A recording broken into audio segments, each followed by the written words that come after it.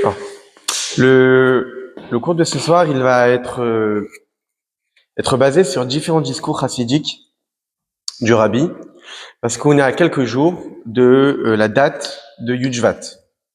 Yujvat, il y a deux événements qui ont lieu durant cette date, qui nous concernent directement. C'est la Iloula du Rabbi Yosef Yitzhak, le Rabbi précédent. Donc en 5710, en 1950, durant le Shabbat Parashat Bo, le Rabbi Yosef Yitzhak quitte ce monde. Et donc, le dirigeant du mouvement Chabad, et donc il y avait évidemment que c'était un moment extrêmement triste et douloureux pour le mouvement chassidique, quelqu'un qui a combattu le tsarisme, le communisme, le nazisme, etc., et qui quitte ce monde, Yujvat.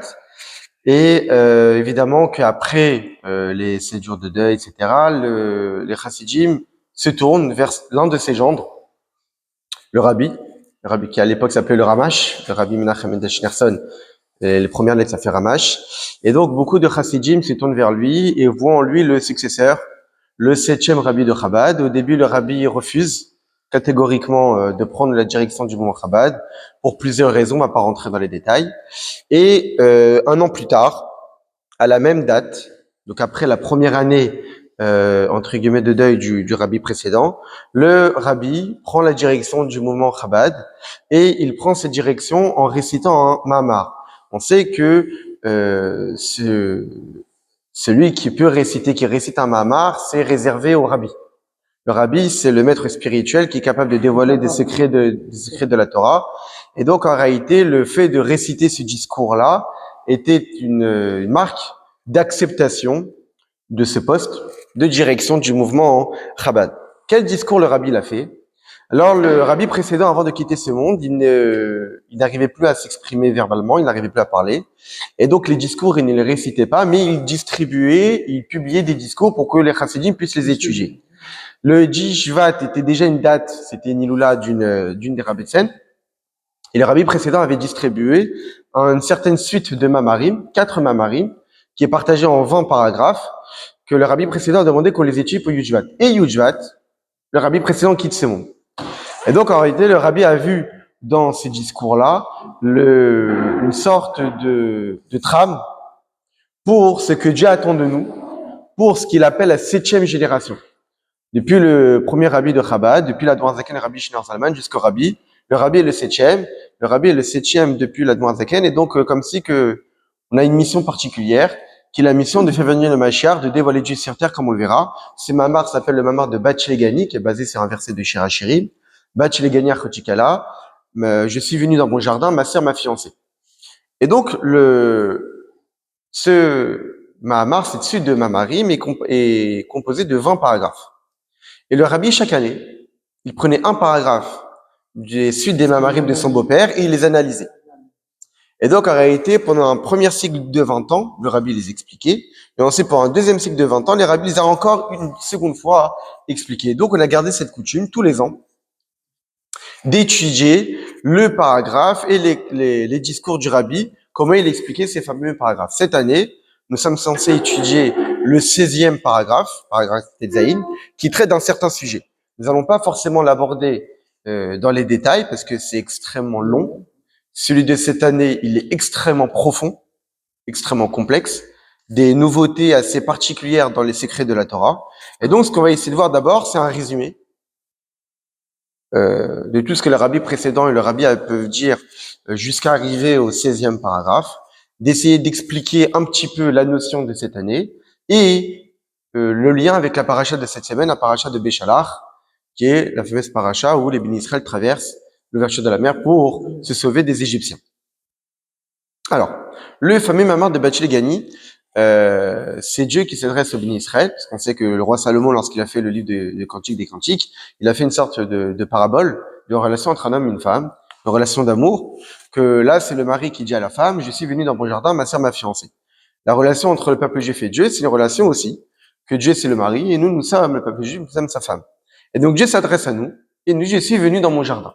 Alors le maître dans le Midrash rapporte ces versets, ils nous disent qu'en réalité, ici, c'est quand Dieu s'adresse lors du don de la Torah. Lors du don de la Torah, Dieu se révèle au béni Israël pour transmettre les 10 commandements. Et donc, cette révélation-là, Dieu s'adresse à nous, il nous dit, je suis venu dans mon jardin. C'est-à-dire que là, je me révèle à nous, mais sachez que je suis déjà venu dans ces jardins. Alors, d'autres maîtres dans le Midrash interprètent plutôt que c'est au moment du confection du Mishkan. Mais en tous les cas, on voit que le rôle que Moshe Rabbeinu est extrêmement important. Et Dieu s'adresse au peuple juif en nous disant que je suis déjà venu dans ce jardin. Le maître nous dit, Gani les Gnouni, que ce jardin, c'est ma demeure principale, qu'au départ, c'était ici que j'avais l'essentiel de ma résidence. C'est-à-dire que lorsque Dieu a créé le monde, faut pas se dire que Dieu, il est plus intéressé par le monde spirituel. Non. Dieu, il a créé ce monde, et la finalité de la création, c'était ce monde physique et matériel, parce que le but, c'est ce monde. Et c'est dans ce monde que Dieu désire résider, et c'est dans ce monde que Dieu résidait au départ. Évidemment que Dieu est partout, même actuellement. Seulement, dans le dévoilement de sa présence, il y a eu un problème, entre guillemets, c'est malheureusement à cause de la faute de l'arbre de la connaissance. Lorsqu'Adam et Chava ont fauté, eh bien, ils ont fait en sorte que la résidence divine disparaisse, entre guillemets, se voile, et monte d'un stade, d'un échelon, du monde au ciel. Ensuite, à cause de la faute de Caïn et Abel, du meurtre de Abel, c'est passé du premier ciel au deuxième ciel. Et ainsi, au fur et à mesure des générations, comme ça, le Midrash cite toutes les fautes, jusqu'à arriver que la Shrina monte jusqu'au septième ciel. On sait qu'on a 7 cieux et la terre. Ensuite est venu Abraham Avinu, il a fait descendre par le dévoilement de Dieu, du monothéisme, du 7e ciel au 6e ciel. Yitzhak, du 6e au 5e. Yaakov, du 5e au 4e. Lévi, du 4e au 3e. Kehat, du 3e au 2e. Amram, le père de Moshe, du 2e au 1er. Et Moshe Rabbeinu, lors du don de la Torah, et la construction du Mishkan. Et le rabbi présente de nous dire que la Jivin Chavivin, tous les 7e sont chéris, c'est-à-dire que les 7e, ils ont un rôle particulier qui les différencie de ceux qui l'ont précédé. Tous les autres ont fait des descendre la Shrina d'un ciel à un autre. Mais là, Moshe Rabbeinu, il a fait descendre du premier ciel à la terre. Et donc, le rabbi, à travers ce Mahamar, il montre que de la même façon que Moshe Rabbeinu a été le 7e, et que c'est lui qui a parachevé le projet de la création en dévoilant Dieu sur terre à travers la construction du Mishkan, et bien d'une certaine manière, notre génération qui est dirigée par le rabbi, et a aussi cette même mission. Il y a eu un projet qui a commencé depuis l'Admor Zaken, par la révélation de la Chassidut Chabad, et donc le rabbi en tant que 7e a indiqué que l'autre mission de cette génération, c'est la dernière génération de l'exil et la première génération de la délivrance. Nous avons une mission particulière avec des forces particulières, et c'est ce dont on va expliquer. Mais déjà, le Mahamar de Bat Shilgani commence déjà par cette idée de projet. Maintenant, quand on voit que Moshe Rabbeinu, c'est lui qui a dévoilé Dieu sur terre à travers le don de la Torah et la construction du Mishkan, le rabbi précise dans le Mahamar que faut pas se dire que c'est réservé à une élite. Donc on pourrait se dire qu'à priori c'est peut-être réservé à une élite. C'est réservé à Moshe Rabbeinu. Le rabbi d'expliquer que non. Tous les tzadikim peuvent faire ce qu'a fait Moshe Rabbeinu de dévoiler Dieu sur terre. On pourrait se dire, ok, très bien. Moshe Rabbeinu à son époque il l'a fait. Chaque tzadik dans chaque génération peut le faire. Le rabbi précise non. Va'amer kulam tzadikim, tous les peuples juifs sont appelés des justes. C'est-à-dire qu'en réalité, chacun d'entre nous a cette mission. On a cette même mission, on a cette même responsabilité, on a ces mêmes forces de dévoiler Dieu sur terre à travers la confection du Mishkan. Donc c'est ça le premier élément, l'objectif à atteindre, faire de ce monde une demeure pour Dieu. De revenir à ce que c'était au départ, Ikar Shrina Betartoni Maïta, que l'essentiel de la Shrina, de la résidence de Dieu, était ici-bas.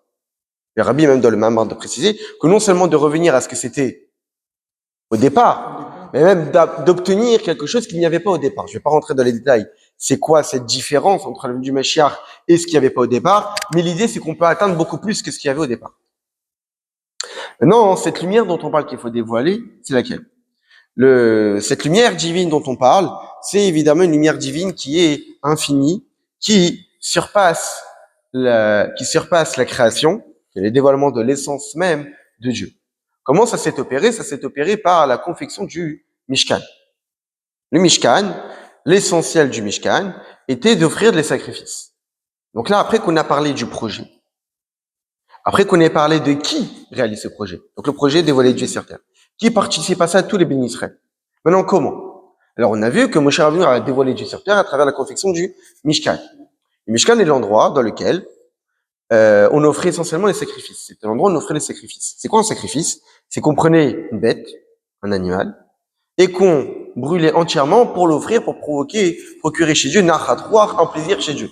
On va pas rentrer dans le détail, mais comprendre la symbolique. Prendre un animal, l'offrir à Dieu. De là, on comprend que pour dévoiler Dieu sur terre, donc c'est-à-dire construire un Mishkan, c'est qu'il faut offrir un animal. Or, la Torah, comment Dieu s'adresse au béni Israël? On nous ordonne de construire le Mishkan, c'est Vasuli Mikdash, Veshachati Betocham. Faites-vous un sanctuaire et je résiderai parmi vous. Pas marqué, je résiderai à l'intérieur de lui, le sanctuaire. Je résiderai parmi vous. C'est-à-dire que chacun d'entre nous est capable de construire son propre Mishkan. Comment on est capable de construire notre propre Mishkan? Lorsqu'on réalise le sacerdoce, le service saint qui était réalisé dans le Mishkan, qui était d'offrir un animal. Donc à nous d'offrir notre propre animal. On l'a souvent étudié, nous avons tous une âme animale qui peut nous pousser à nous détourner du droit chemin avec des désirs particuliers, avec des tentations, avec des envies avec de la colère, avec de l'orgueil, avec des futilités, avec de la paresse, avec de la tristesse, avec des désirs, etc., etc. À nous de prendre cette bête et de l'offrir sur l'autel et de l'offrir à Dieu, de le brûler entièrement. Donc, qu'est-ce qu'on comprend? C'est que pour pouvoir dévoiler Dieu sur terre, il est nécessaire de faire ce qu'on appelle itkafia, et dont l'objectif est aussi après de faire itapra. Itkafia, ça veut dire se briser. C'est-à-dire qu'on a des envies, on a des désirs, on va les briser de façon à ne pas exprimer ces désirs-là et de ne réaliser uniquement que la volonté de Dieu. Maintenant, évidemment que faire ce travail-là, évidemment, ça nécessite des efforts au quotidien. D'abord, de savoir ce qui est interdit, savoir ce qui est permis, et de ne pas uniquement se suffire de ce qui est permis, mais que lorsqu'on sait qu'on a des désirs qui parfois, malheureusement, peuvent être exagérés et peuvent, à la force, nous détourner du droit chemin, d'être capable de se priver pour uniquement se consacrer à la volonté d'Akadosh Baruch Hu et de dévoiler Dieu sur terre par l'étude de la Torah et la pratique des mitzvot. Mais le but, c'est pas uniquement se briser, mais d'arriver à se transformer. Itapra. Au départ, on a des volontés propres qu'on va canaliser, qu'on va briser, qu'on va faire taire pour uniquement réaliser la volonté de Dieu. Maintenant, évidemment, qu'on ne peut pas vivre continuellement qu'en se brisant. Donc, l'objectif est par la suite, c'est de découvrir ô combien le divin est bon. Pas juste à se forcer à faire la volonté de Dieu, mais à découvrir qu'au fond de nous-mêmes, on veut aussi faire la volonté de Dieu. Donc d'arriver à l'étape de transformer le mal qui est en nous en uniquement du bien. Évidemment, c'est un travail. Maintenant, le rabbi nous continue dans le fameux Mamar de Beth Shilgani. Le Mishkan, comment il était confectionné? Alors, il était confectionné de bois de cèdre. Atse Shomtim Omdim. Il y avait des poutres autour du Mishkan qui étaient des poutres de bois qui se tenaient debout. Alors, ici, il y a trois termes qui sont particuliers. Des trachim, des poutres, qui étaient faits Atse Shittim en bois de cèdre, en bois de Shittim, et Omdim qui se tenaient debout. Et donc, en réalité, chacun de ces termes-là nous indique comment servir Dieu. Parce que on dévoile Dieu par le Mishkan. Donc, on a dit que chaque juif doit y participer en travaillant sur ses désirs, sur lui-même. Maintenant, quels sont les outils qui sont à disposition pour pouvoir le faire? Alors, on nous dit que c'était fait en bois de shittim. Shittim, c'est la même étymologie que shtut, la folie. Ça veut dire qu'en réalité, il va falloir, pour dévoiler Dieu sur terre, pas servir Dieu de façon logique et raisonnée. Pourquoi? Étant donné qu'il nous faut dévoiler non pas une lumière divine standard, limitée, mais de dévoiler l'essence de Dieu. L'essence de Dieu, c'est quelque chose qui sort des limites, qui sort des structures. Nous, ce qu'on veut, ce que Dieu désire, c'est que dans la limite, dans ce monde obscur et limité, de dévoiler l'infini de Dieu. Non pas une lumière divine qui est limitée, qui est habituelle, qui participe à la création, mais une lumière divine qui sort de l'ordinaire. Alors, pour dévoiler ce qui est inhabituel, à nous d'avoir un comportement qui est inhabituel. En fonction de comment on se comporte, on va attirer une lumière divine qui est en adéquation avec cette façon-là. Alors, c'est pour cette raison que le Mishkan était confectionné de Atse Shittim, des boîtes de Shittim. Shittim, la même étymologie que toute la folie. Parce qu'il y a deux folies. Il y a la folie qui est inférieure à la logique humaine, il y a la folie qui est supérieure à la logique humaine. Dans la Gemara, dans le traité Sota, on dit qu'un homme ne faute, et là, un homme ne peut fauter que s'il y a un vent de folie qui est rentré dans sa tête. Pourquoi? C'est quoi un vent de folie? Parce qu'on demande à un juif, Dieu nous demande d'étudier la Torah, de pratiquer les mitzvot, de pratiquer les 613 mitzvot, pratiquer les 248 mitzvot positives et ne pas transgresser les 300 interdits. Logiquement parlant, un juif devrait écouter cela. Parce qu'il sait que un juif qui transgresse, il se détache de Dieu. On souhaite tous être vivants. Bacharta b'chaim velo lamavet, on doit choisir la vie et pas la mort. On sait que Dieu, c'est la source de vie. Ça, on le sait. Se détourner de la volonté de Dieu, c'est de se détourner de notre source de vie. De ne plus être accroché au générateur. Seulement, le Yetzer Hara, il vient nous faire rentrer un vent de folie. Pourquoi on appelle ça de la folie? Parce que le Yetzer Hara va nous faire croire qu'on peut continuer à être vivant tout en transgressant la volonté de Dieu. Donc en réalité, c'est un vent de folie. Ce vent de folie, il est de deux façons. Premièrement, de nous faire croire qu'il y a une hiérarchie dans les interdits. Ok, on va pas faire de l'idolâtrie, on va toujours croire en Dieu, mais les autres interdits, c'est pas remettre en cause l'existence de Dieu, c'est juste être à l'écoute de nos désirs. Je vais manger un cheeseburger, que Dieu nous en préserve, un mélange de lait et de viande qui ont été cuits ensemble. Je remets pas en cause l'existence de Dieu. Je sais que Dieu existe, j'ai des désirs, j'ai des plaisirs, je vais les faire. Je vais aller voler. Dieu est là. Même on raconte dans le Talmud, souvent je le rapporte, du fameux voleur qui a demandé à Dieu de l'aider à réussir son casse. Donc, on peut croire en Dieu et être attiré par les biens d'autrui. Et donc, le Yetzer Hara, le mauvais penchant, vient nous faire croire que non, tu peux tout à fait continuer à être attaché à Dieu, tout en transgressant certains interdits. Ça, c'est un vent de folie. Pourquoi? Parce qu'un fou, c'est quelqu'un qui ne réfléchit pas de façon correcte et structurée. Et ça, c'est un esprit de folie. Pourquoi? Parce que si Dieu nous a demandé de ne pas transgresser tel et tel interdit, ça signifie que si on se permet de transgresser tel interdit, c'est qu'on est en train de créer une existence que Dieu a désiré qu'elle n'existe pas. Donc on est en train de mettre en avant quelque chose qui est contraire à la volonté de Dieu. Dieu a décidé que ça existe. Normalement, il n'y a que Dieu qui existe. S'il n'y a que Dieu qui existe, et nous en train de créer quelque chose qui est contraire à la volonté de Dieu, on laisse entendre qu'il y a quelque chose d'autre qui existe. Donc, qu'il n'y a pas que Dieu.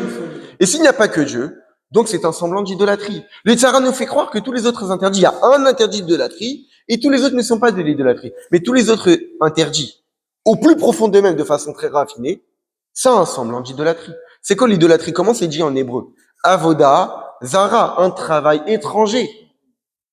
C'est intéressant de voir que le terme qui est employé par la Torah, par nos maîtres, pour définir l'idolâtrie, c'est avoda zara, un travail étranger. Ce n'est pas remettre en question la volonté de l'existence de Dieu, mais de faire quelque chose qui est étranger à comment Dieu a créé le monde. C'est-à-dire que rien n'existe si ce n'est de par sa volonté. Dieu vitalise le monde à chaque instant. Si je me permets de créer quelque chose qui est contraire à la volonté de Dieu, ça veut dire que je suis en train de changer la création de Dieu, que Dieu il a mis un système qui vitalise les domaines de la Kedusha, qui vitalise le domaine des animaux pas cachers, etc., mais qui doivent rester dans leur domaine et qu'ils n'existent que pour ne pas qu'on les utilise. Ah, tu les utilises, tu es en train de donner un circuit de vitalité là où Dieu a décidé que ça devrait rester tel quel. Donc, tu es en train de changer la création. Donc, tu es en train de créer des choses qui ne font pas partie du système. Tu fais un semblant d'idolâtrie. Et donc, c'est ça le vent de folie. Donc ça, c'est la folie inférieure. Non, il y a la folie supérieure qui est de se dire que c'est ça ce que Dieu attend de nous. Quelqu'un qui réfléchit de façon logique n'y arrivera pas à combattre le Yetzer Hara. Parce que le Yetzer Hara aussi, il est logique. Il va trouver des arguments. Pour combattre le Yetzer Hara, il faut avoir un vent de folie. C'est-à-dire que même si dans le domaine de la Kedusha, on peut avoir une certaine logique et de se dire qu'il y a l'halakha qui nous dit que dans certaines circonstances, il faut faire telle chose, mais parfois, voir combattre le Yetzer Hara, il faut se surpasser. Il faut aller au-delà de ses capacités. Et parce que, comme on l'a vu dans notre histoire, souvent les personnes qui se sont limitées à servir Dieu uniquement en se suffisant de ce qui est marqué stricto sensu dans la loi et de ne pas se surpasser, ça n'a jamais été suffisant. Pourquoi? Parce que servir Dieu, on donne souvent l'exemple de quelqu'un qui est sur une montagne, qui veut toujours pédaler. Quelqu'un qui stagne, c'est-à-dire qu'il suffit de la normale, il va reculer. Voir avancer, faut forcément se surpasser, faut forcément faire plus. Parce que ce que Dieu attend de nous, c'est ce qu'on appelle une avoda. Une avoda, le mot avoda, c'est de la même étymologie que iboud orot, travailler la peau.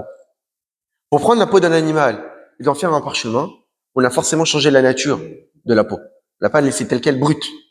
Nous avons nos propres désirs, nous avons notre propre nature. Se dire qu'on devient des serviteurs de Dieu en restant qui nous sommes, en se suffisant de notre nature personnelle, ce n'est pas suffisant. Il faut forcément se surpasser, y aller au-delà de nos propres capacités et découvrir qui on est au fond de nous.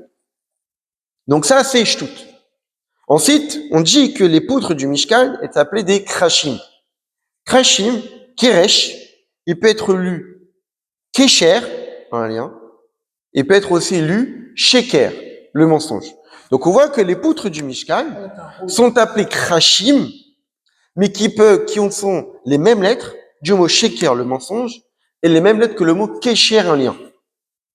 Le Rabbi nous expliquait dans le Mamar Bet Shilgani, parce qu'au départ, l'homme, il a un lien avec le monde, un Kesher, avec le monde qui est un Sheker, qui est un mensonge. Pourquoi? Parce que l'homme, au départ, il crée un lien avec le monde tel qu'il est.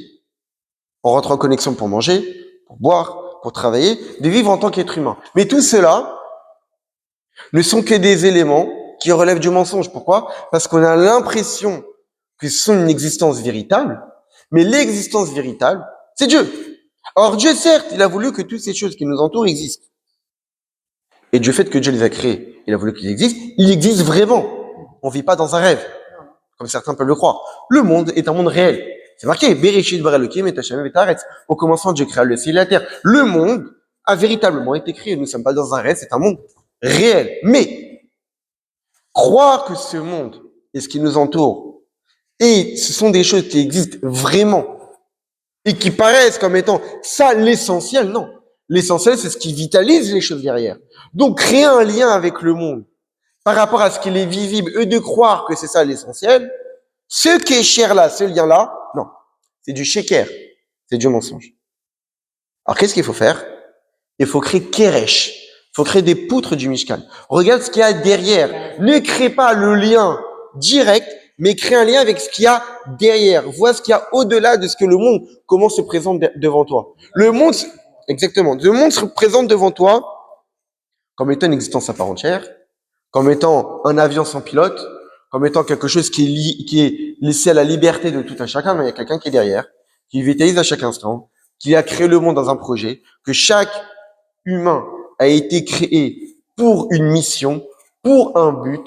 Et certes, tu as été créé avec un corps physique qui a des besoins. Certes, pour ces besoins-là, tu as besoin de les assouvir, c'est évident. Mais de croire que tu as été créé uniquement pour ton propre plaisir, pour ton propre désir, pour tes propres kiffs, non. Tu as été créé pour une mission. Et cette mission-là va être atteinte à travers le regard qui va changer de ce qui chasse du monde qui t'entoure. Maintenant, donc on a le but, dévoiler Dieu sur terre. Les personnes, les bénis Israël. Comment confectionner le Mishkan? De quelle façon ça se met en place? Par un dépassement de soi. Maintenant, quand on va réaliser la mission, ça c'est la théorie. Maintenant, dans la pratique, comment ça se pratique? Comment va se présenter le peuple juif? Le juif, en tant que quelle stature de lui-même, il va pouvoir réaliser ça? Alors le rabbi nous explique dans le Mamar de Bachilégani qu'en réalité, ici, c'est une guerre. Nous sommes en pleine guerre, la guerre contre le Satan, la guerre contre les Tsars. Et dans une guerre, il nous faut des hommes. Les hommes, ce sont les soldats. C'est ce qu'on a vu dans la paracha la semaine dernière, une guerre perpétuelle, évidemment. Mais comme le rabbi veut nous expliquer que on aurait pu la gagner plus tôt, mais bon, c'est la volonté de Dieu que ça n'a pas été fait, mais nous sommes en train de la gagner. L'idée, comme on l'a vu dans la paracha la semaine dernière, lorsqu'il est sorti d'Égypte, on a été appelé d'une certaine façon. On a été appelé Tzivot Hashem, l'armée de Dieu. On l'a vu ça dans la paracha la semaine dernière. C'est-à-dire que lorsqu'on sort d'Égypte, où le peuple juif comment, c'est la naissance du peuple juif la sortie d'Égypte. Donc lorsque le peuple juif commence à accomplir leur mission, comment ils sont appelés? Tzivot Hashem, l'armée de Dieu. Alors le rabbi précédent dans le Mamar de Bachilégani, il nous dit que le mot Tzivot, Tseva, il a 3 significations. Dans un verset, évidemment, tseva, ça veut dire un soldat. Mais ça veut aussi dire le temps. Dans un verset, ça a une signification du temps. Dans un autre verset, vient du mot tsivion, une couleur, une harmonie. Et donc en réalité, ici, le rabbi Presson nous dit qu'à travers ces 3 significations du mot tseva, une armée, eh bien, ça nous indique comment le juif doit servir Dieu. Et doit servir Dieu comme un soldat. Un soldat, c'est quelqu'un qui exécute, qui obéit au doigt et à l'œil des directives du ramatkal, du chef d'état-major, du roi. C'est-à-dire que pour gagner la guerre, il faut être comme un soldat. Ça veut dire qu'il faut être prêt à aller au front. Il n'y a pas de crainte, il n'y a pas de peur, il n'y a pas de cœur fragile, dévoué à la cause, corps et âme. Et c'est uniquement de cette façon-là qu'on peut gagner. Deuxièmement, le mot tseva veut dire un temps. Ça veut dire que Dieu nous a donné un temps à tout à chacun. Nous avons un certain nombre d'années de vie, certain nombre d'années, de mois, de semaines, d'heures, de minutes, de secondes. Et donc, ça veut dire qu'on doit exprimer notre statut en tant que soldat dans ce temps qui nous est imparti. Et donc, on doit essayer, évidemment que c'est difficile, très facile à dire, pas facile à faire, mais d'utiliser à plein escient, à 100%, tout le temps que Dieu nous a donné. Troisièmement, une harmonie. Dans une armée, on a tous des rôles différents. Et qu'un soldat qui se permet, qui est censé être un sniper, mais qui se permet d'empiéter dans la tâche d'un autre, on pourrait le qualifier de déserteur. Tu as un statut, c'est ton rôle. Si tu changes de rôle, tu es en train de chambouler et de détruire toute l'organisation de l'armée. Ta mission, c'est ta mission. C'est ça cette idée d'harmonie. Nous avons tous notre propre singularité, nous avons tous notre propre individualité, nous avons tous notre propre don, nos propres qualités, nos propres défauts, nos propres façons de nous émouvoir, de réfléchir, et tout ça participe à la réussite de l'armée. Il ne faut pas voir les autres comme des personnes qui vont nous empêcher d'être qui nous sommes, mais on doit voir les autres comme étant faisant tous partie d'une même armée, avec des missions peut-être différentes, mais qui sont tous complémentaires. Pour le même résultat qui est de dévoiler Dieu sur terre. Donc, être un soldat, soumis à 100% à Kadosh Baruch Hu, d'utiliser à plein escient notre temps qui nous est imparti, et de voir le peuple comme étant un seul et même corps, harmonieux, pour accomplir tout ça. Et là, on se rapproche du sujet de cette année. Une armée, ça a besoin d'armes. Un soldat qu'on emmène au front, qu'on envoie au front. Sans armes, il ne peut pas réussir. Donc, il a besoin d'armes. Des armes, il y a besoin d'un budget. On parle d'un budget pour l'armée. Et donc, ici, le rabbi nous parle des dons, des forces que Dieu nous a gratifiées pour réussir cette mission en tant que soldat et pour gagner la guerre et donc dévoiler Dieu sur terre. Et donc là, à ce moment-là, commence dans les suites des Mabarim de Bach Legani, la fameuse notion du Otsar, le trésor. Nous savons que dans un pays, il y a évidemment la trésorerie du royaume que le roi utilise pour les besoins du pays. L'éducation, la santé, etc., etc., etc. Maintenant, il y a une partie dans le palais où il y a ce qu'on appelle un trésor précieux que le roi a gardé et qu'il a reçu en héritage de ses ancêtres, qui a été transmis de génération en génération, de roi en prince, qui est devenu roi, etc., etc., et qui n'a jamais été utilisé tellement qu'il est précieux. Et que ces trésors-là, non seulement il n'a jamais été utilisé, mais il n'a jamais été dévoilé à la vue de quiconque. Maintenant, il arrive parfois que ce roi, il a des guerres à mener. Il y a 2 types de guerres à mener.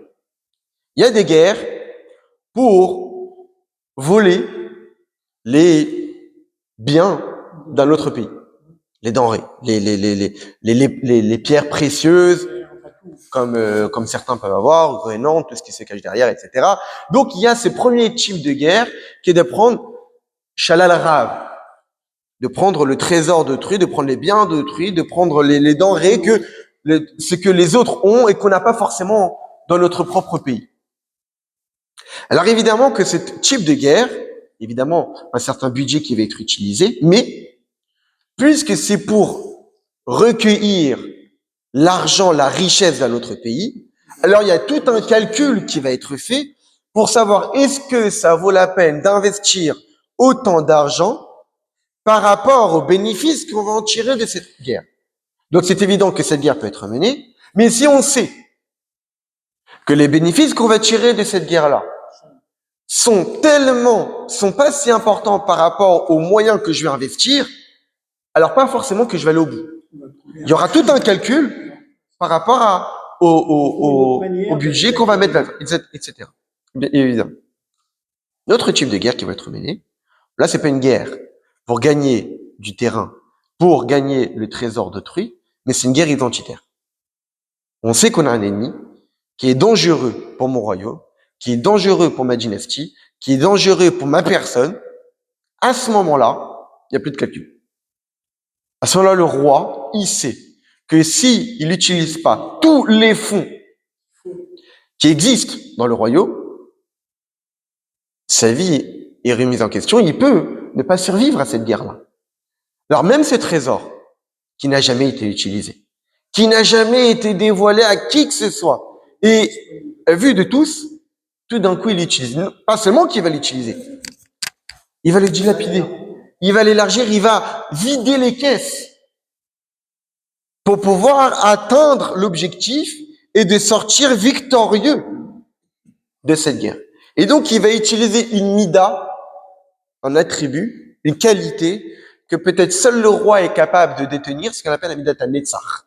Cette volonté de sortir victorieux, de sentir qu'il y a des obstacles qui sont identitaires, qui sont pour la survie, et que pour ça, un roi, quand il voit ça, il est capable de développer, de déployer des forces que seul un roi qui est un véritable dirigeant est capable de déployer. Parce qu'il voit l'urgence et qu'il voit le danger. Maintenant, comment ça se fait? Il voit son peuple aussi. C'est important, il voit son peuple. Exactement. De quelle manière? Et donc, pour la survie du peuple et de toute la dynastie, il utilise tout ça. Maintenant, comment ça fonctionne? Le roi, il dilapide le trésor du royaume. À qui il donne en premier? Au chef d'état-major. Qui, eux, gèrent, dirigent l'armée et qui vont utiliser les fonds pour donner à ceux qui vont vraiment combattre, qui sont l'essentiel d'une guerre, les soldats. Le trésor du royaume, le plus secret, le plus précieux, qui n'a jamais été utilisé pendant des générations et des générations, va être donné à 100%, dilapidé sans aucun calcul, pour les gens les plus simples qui seront au front, parce que c'est eux qui feront la guerre. Alors au début, ils sont donnés aux ministres, aux princes, qui eux sauront comment les utiliser, mais ceux qui vont les utiliser en dernier et matériellement et concrètement sont les soldats. Évidemment, qu'est-ce qui se cache derrière? Le roi, c'est Dieu. Dieu, il sait qu'il y a une guerre qui est menée contre l'obscurité, contre le mal, contre les forces du mal, contre les clipotes, et que pour cette guerre-là, qui est une guerre identitaire, qui est une guerre pour dévoiler l'essence de Dieu sur terre, qui est une guerre pour que le juif puisse se maintenir en bonne santé spirituelle, et que si on n'utilise que un petit peu de fonds, ce n'est pas suffisant. Il n'y a pas la tranquillité et que malheureusement ce juif-là, il va se faire avoir et être tué spirituellement. Donc pour la survie et pour la victoire, Dieu utilise les plus grands trésors spirituels qui existent. Dans la spiritualité et dans l'argent. Oui, mais essentiellement ici on parle de guerre spirituelle pour la Torah et les Misot. Donc à qui il donne? Au chef d'état-major. Ce qui est chef d'état-major, c'est les Rébéim. C'est le rabbi. Qui, lui, va obtenir tous les secrets, toutes les forces spirituelles que Dieu le gratifie pour pouvoir les dilapider, les diffuser et les procurer à tous les petits gens, tous les petits soldats qui seront au front au quotidien pour accomplir la mission et gagner la guerre de dévoiler Dieu sur terre. Et donc, en réalité, il y a eu ces trésors qui ont été gardés au fur et à mesure des générations. Ces trésors des secrets de la Torah qui n'ont jamais été dévoilés. Ces trésors des secrets de la Torah qui, au fur et à mesure des générations, ont été gardés. Mais lorsqu'on arrive dans une génération où là, c'est vital, où là, il n'y a plus de calcul à faire. C'est dire, non, les secrets, c'est quelque chose qui est réservé, c'est à une élite. Non. Ici, il n'y a pas de secret qui est réservé à une élite. Parce que là, c'est vital. Un juif, pour combattre le Sahara dans les générations les plus obscures, les plus basses, etc., on ne peut pas se limiter à un pistolet. On ne peut pas se limiter à un fusil. On doit utiliser, tant qu'on doit utiliser une vraie armada pour pouvoir gagner la guerre contre n'importe quel type d'ennemi. Et donc, on diffuse. Sans plus aucun calcul. Les plus grands secrets sont dévoilés pour que n'importe quel juif, quel que soit son niveau, puisse obtenir les forces nécessaires pour gagner la guerre. Maintenant, ici, le rabbi précédent dans le Mahamar, il explique que le trésor en question, c'est ce qu'on appelle Or En Sof, la lumière infinie de Dieu, illimitée, qui est infinie, qui normalement ne se dévoile pas dans ce monde, puisque ce monde est limité, mais qui va être dévoilé, c'est le plus grand trésor.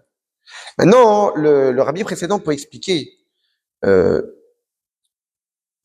trésor. Il dit qu'il rapporte un passage du Zohar qui nous dit que ce Or En Sof, il est les mala mala d'Edket sur les mata mata d'Entarchit. Cette lumière infinie de Dieu, elle est au-delà, sans fin, et en bas, sans limite. Le rabbi précédent d'expliquer, qu'est-ce que ça veut dire? Qu'en réalité, la lumière infinie de Dieu, elle est tellement élevée qu'elle est cachée dans les niveaux les plus cachés qui soient. Ça veut dire que elle est capable, on sait très bien que lorsque Dieu a créé le monde, il y avait la lumière infinie de Dieu qui était révélée au début. Et ensuite, Dieu, lorsqu'il a voulu créer le monde, nous dit le Harizal, il a créé un espace vide, il a repoussé sa lumière, entre guillemets, sur le côté. Entre guillemets, c'est des images, évidemment, parce qu'il n'y avait pas d'espace, il n'y avait pas de... On parle de quelque chose d'immatériel, un espace vide, dans lequel il va dévoiler la lumière divine à l'intérieur pour créer les mondes limités, etc. On aura l'occasion peut-être un jour d'étudier ça plus dans les détails. Et donc, on voit bien qu'il y a eu ce qu'on appelle le Tzimtzum Harishon, une première contraction de voilement, parce que la lumière infinie de Dieu était tellement dévoilée, était tellement intense, qu'on ne pouvait pas créer un monde limité, même spirituel, mais limité, face à l'intensité de la lumière infinie de Dieu. Seulement, même cette lumière infinie de Dieu, elle découle aussi d'une contraction. Pourquoi? Parce que si on parle de dévoilement, c'est qu'au début, elle était cachée. Quand il y a eu la lumière infinie de Dieu, qui était dévoilée, c'est que Dieu a voulu qu'il y ait ce dévoilement. C'est ça la fameuse différence qu'on explique entre l'essence de Dieu et le soleil. Le soleil est une source de lumière, mais le soleil est obligé de rayonner. Dieu l'a créé ainsi. Le soleil ne décide pas. Je vais rayonner, je vais pas rayonner. Non. Le soleil rayonne. Par nature. Dieu l'a créé ainsi. Donc, en réalité, son rayonnement n'est pas voulu, mais il est imposé. Dieu, il était obligé de dévoiler sa lumière? Non. Dieu a décidé de dévoiler sa lumière. Mais pour dévoiler une lumière, c'est qu'il faut être un luminaire, une source de lumière. Mais Dieu, c'est une source de lumière? Non. Il a décidé de l'être. Donc quand Dieu, en réalité, on se dit que quand le Dieu l'Arizal, qu'au départ, il y avait la lumière infinie de Dieu qui remplissait l'espace comme un océan primordial de lumière divine. Évidemment que nos maîtres ont utilisé le terme de lumière parce que c'est la seule chose qui existe dans ce monde qui est le plus immatériel et qui est semblable à ce qu'on veut nous faire comprendre. Il n'y a pas de lumière. C'est un abus de langage. Mais qu'est-ce qu'on comprend? Que quand Dieu a voulu créer le monde, il a déjà fait une première contraction de décider de se mettre dans une stature d'être une source. Parce que Dieu n'est pas forcément une source. Et ensuite, il a décidé, donc une nouvelle contraction, que cette source va émettre une lumière. Et ensuite, il a décidé que cette lumière soit dévoilée. Et ensuite, il a décidé que cette lumière qui était dévoilée, qui était trop intense, va devoir se cacher. pouvoir créer les mondes à l'intérieur. Donc on voit qu'en réalité, la lumière infinie de Dieu, elle est malade enquête, ça veut dire qu'elle est cachée. C'est-à-dire que même quand elle était dévoilée, elle peut encore plus cacher. Et encore plus cacher.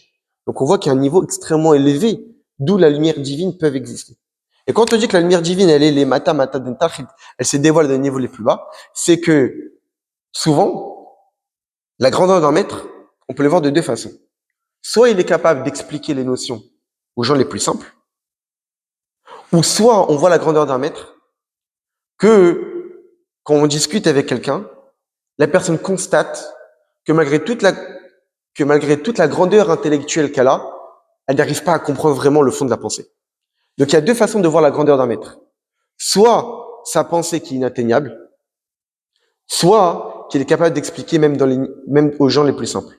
Et donc c'est ça la lumière infinie de Dieu. Donc on voit la grandeur de la lumière infinie de Dieu, c'est qu'elle est extrêmement cachée et donc inatteignable, ou soit elle se dévoile dans les niveaux les plus bas. C'est pour cette raison qu'on dit que Dieu, il est partout. Et donc on dit, il est même dans ce monde, il est même dans les choses permises, il est même dans les choses interdites, il est même chez Pharaon, Dieu est vivant dans Pharaon, et il est même chez quelqu'un qui étudie la Torah pour son propre orgueil, qui est le niveau le plus bas. De prendre quelque chose de saint, de kadosh, et de l'utiliser pour la pourriture et des intérêts personnels. C'est intéressant de voir que le niveau le plus bas qui est dit dans les Mamarim, c'est de prendre la Torah pour des intérêts. Après même Pharaon. Parce qu'il n'y a pas plus bas que ça. On dit que même Dieu, il est là-bas. Donc on voit qu'en réalité, la lumière infinie de Dieu, on la montre, sa grandeur dans les niveaux les plus élevés et dans les niveaux plus bas. Le paragraphe de cette année, c'est de nous dire que dans la lumière divine elle-même, il y a ces deux niveaux. C'est pas par rapport au monde qu'elle est extrêmement cachée par rapport au monde, ou qu'elle est extrêmement dévoilée par rapport au monde, comme le maître. Par rapport aux autres, soit il est tellement intelligent qu'on n'arrive pas à comprendre, ou soit il est tellement clair que n'importe qui peut le comprendre. Mais à l'intérieur même de sa tête. Et donc, le rabbi précédent, le rabbi d'expliquer qu'on donne l'exemple d'un maître qui souhaite enseigner un élève. Mais la pensée du maître est tellement une grande différence de niveau intellectuel qu'en réalité, l'intellect du maître est inatteignable pour l'élève. Qu'est-ce qu'il fait le maître? Il fait un tzimtzum, il contracte. Il voile complètement ses capacités intellectuelles. Mais ensuite, qu'est-ce qu'il fait? Il va commencer à adapter une réflexion de façon extrêmement contractée, voilée, mais qui par la suite, par une réflexion d'adaptation, qui par la suite sera dévoilée à l'élève. Et donc en réalité, dans cette étape-là, chez le maître, il y a un intellect qui est caché, mais qui est voué à se dévoiler. Mais cet intellect-là, il est toujours dans l'intellect du maître, qui est inatteignable pour l'élève. Donc ça veut dire que dans le maître même, il y a un intellect complètement caché, potentiellement que l'élève ne pourra jamais atteindre. Il y a un intellect qui est caché, mais qui est voué à être dévoilé. Donc ça veut dire que dans le maître lui-même, il y a déjà à la fois le voilement et à la fois le dévoilement. Pas par rapport à l'élève, comment l'élève ne comprend pas ou comment l'élève comprend. Mais avant même de parler de l'élève, dans le maître lui-même, il y a déjà ces deux niveaux-là. Quand on parle du trésor, quand on parle du trésor qui est donné au béni Israël, c'est cette partie de la lumière divine qui est cachée, décachée, qui normalement est inaccessible.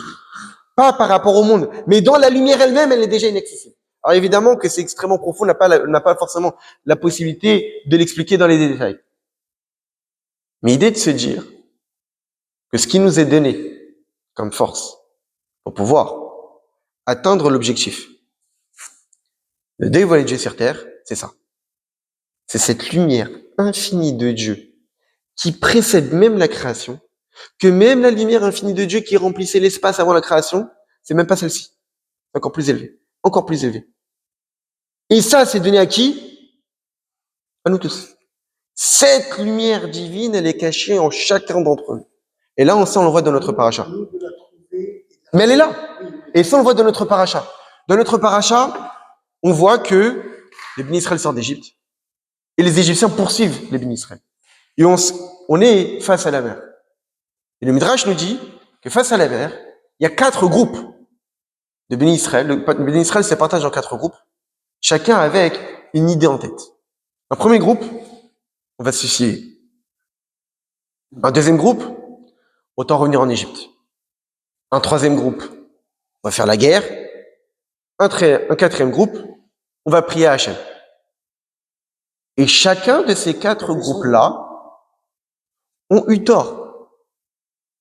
Et Moshe Rabbeinu, nous dit le Midrash, a donné réponse à chacun. Ceux qui voulaient se suicider, Moshe Rabbeinu leur a répondu, restez là et regardez. Ceux qui voulaient revenir en Égypte, Moshe Rabbeinu leur a dit, à partir d'aujourd'hui et pour l'éternité, vous ne reverrez plus jamais l'Égypte. L'interdiction d'aller habiter en Égypte, etc. Ceux qui ont dit, on va faire la guerre, Moshe Rabbeinu leur a répondu, Hachem ilachem lachem, Dieu va faire la guerre pour vous, pas vous. Et ceux qui ont dit, ils ont crié, on va prier Hachem, Moshe Rabbeinu leur a répondu, va atteindre tacharishun et vous taisez-vous. Il faut pas se suicider, il faut pas revenir en Égypte, il faut pas faire la guerre. C'est qu'il va se passer quelque chose. Il faut pas prier. Alors, qu'est-ce qu'il faut faire? Alors, on nous dit le verset, Vayomer Hachem el Moshe, Dieu a dit à Moshe, Machitsa kelai, pourquoi tu écris vers moi? Daber el béni Israël, parle au béni Israël, Vinsaou, et qu'ils avancent. Donc ici, il y a 3 choses. Dieu s'adresse à Moshe, il lui dit, pourquoi tu me cries? Machitsa kelai, qu'est-ce que tu me veux? Dis au béni Israël d'avancer. Alors le rabbi précédent, il rapporte dans le Mamar que dans le Zohar, quand il y a marqué Machitsa kelai, pourquoi tu me cries? Qu'est-ce que tu veux de moi? Le Zohar nous dit Akula ba'achika talamita, tout dépend du Hachik. C'est quoi le Hachik? On a souvent étudié que dans les mondes spirituels, il y a 10 attributs divins.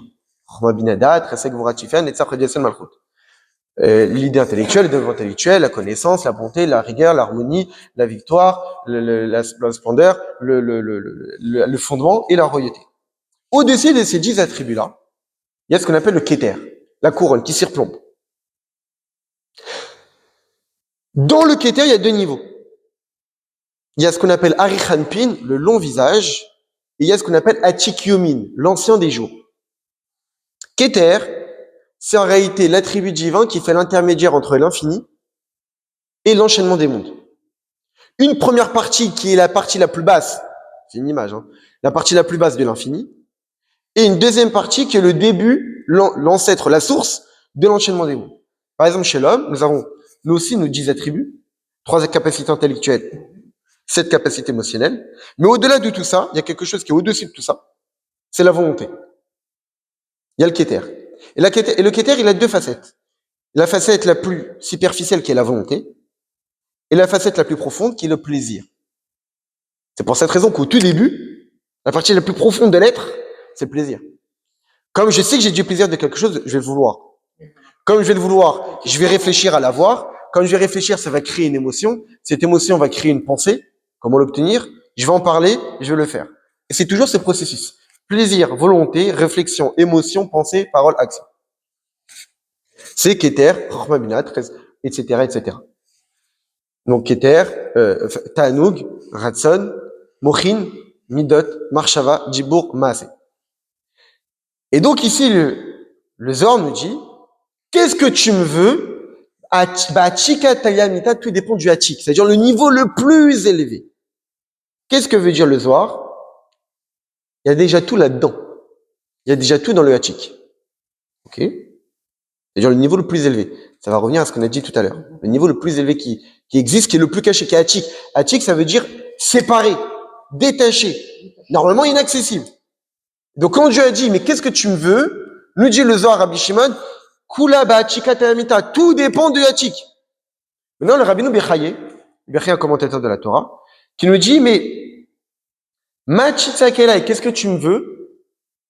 D'abord, les bénis Israël, c'est au Dieu bénis Israël qu'ils avancent. C'est-à-dire quoi? Tout dépend des bénis Israël. Ça veut d'agir.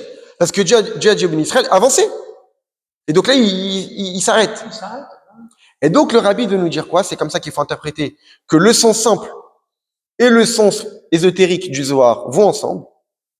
Que les bénis Israël avancent parce que tout est déjà dans le Hatik. Il y a déjà tout le trésor qui leur est donné. Et qu'ils arrêtent de croire qu'ils n'ont pas les forces nécessaires pour accomplir leur mission. Faut ni se suicider. Faut ni revenir en Égypte. Faut ni faire la guerre. Faut ni prier. Avance, t'as une mission, fais-la. Tu crois que t'as pas les forces? Bah, Chika, Taliamita, il y a déjà tout. Tous les trésors, toutes les forces les plus cachées sont déjà à disposition. Mais, et ça nous dit le rabbi, ça commence par qui? Vayomer, Hachem et le Moshe. Dieu a dit à Moshe.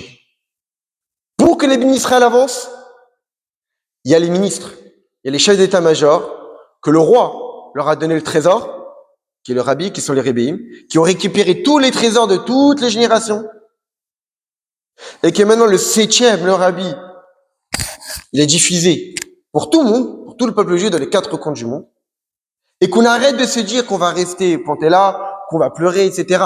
Avancer. On a déjà toutes les forces qui sont au fond de nous pour réussir, pour faire la mission que Dieu nous demande, qui est de la sorte de faire de ce monde demeure pour lui. Donc en réalité, le message de cette paracha, le message de Yujvat, c'est de se dire, on a une mission, qui est de dévoiler Dieu sur terre. Cette mission, on doit être comme des soldats. On doit écouter la parole de Dieu. On doit le faire en étant totalement soumis, en utilisant le temps qui nous est imparti, en faisant en sorte que tout le peuple juif, tous ceux qui nous entourent, participent à ça, et de ne pas voir l'autre comme étant un opposé, un opposant, etc. Mais on doit tous participer à l'unisson. Et jamais se dire qu'on n'a pas les forces. Parce que de la génération dans laquelle on est vraiment la guerre, la dernière génération de l'exil. On est la génération, cette génération qui allons faire venir le Mashiach. Tout nous a été donné. Les plus grands trésors nous ont été donnés. Comme Dieu a dit à Moshe Rabbeinu, qu'est-ce que tu me veux? Les 4 groupes ont eu tort. Qu'ils avancent, qu'ils ont les forces, qu'ils arrêtent de paniquer, qu'ils arrêtent de croire qu'ils n'ont pas confiance en eux. On a toutes les forces nécessaires. Dieu nous a déjà tout dévoilé. Le Moshe Rabbeinu de notre génération nous a déjà donné tout dévoilé. De les anciennes générations, les secrets de la Torah étaient cachés. Aujourd'hui, on a tout à disposition. À nous de les utiliser à bon escient, et que si on les utilise, c'est certain qu'on réussira et qu'on arrivera à dévoiler le Mashiach et de construire le 3e Beth Amikdash.